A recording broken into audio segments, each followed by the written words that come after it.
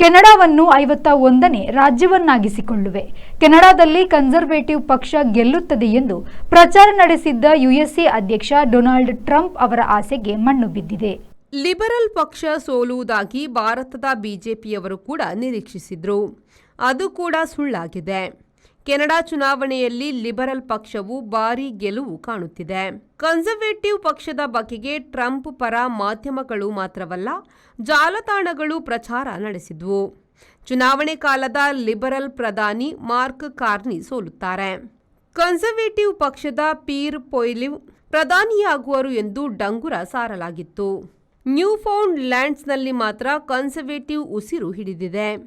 Cape spare, ಬಿಯಾಸ್ಟೋರ್, ಅವಲಾನ್, ಅಕ್ಕಾಡಿ, ನೋವಾಸ್ಕೋಟಿಯಾ, new ಬರ್ನ್ವಿಸ್ಕ್ ಮೊದಲಾದ ಕಡೆ liberal ಪಕ್ಷ ಭಾರಿ ಮುನ್ನಡೆಯತ್ತ ನಡೆದಿರುವುದಾಗಿ ಸಿಬಿಸಿ ಡಿಸಿಷನ್ ಡೆಸ್ಕ್ ಬರೆದಿದೆ.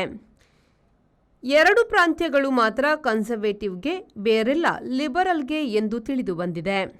Vasudeva stores, store for your inner needs. Visit us to find trendy innerwear from major brands.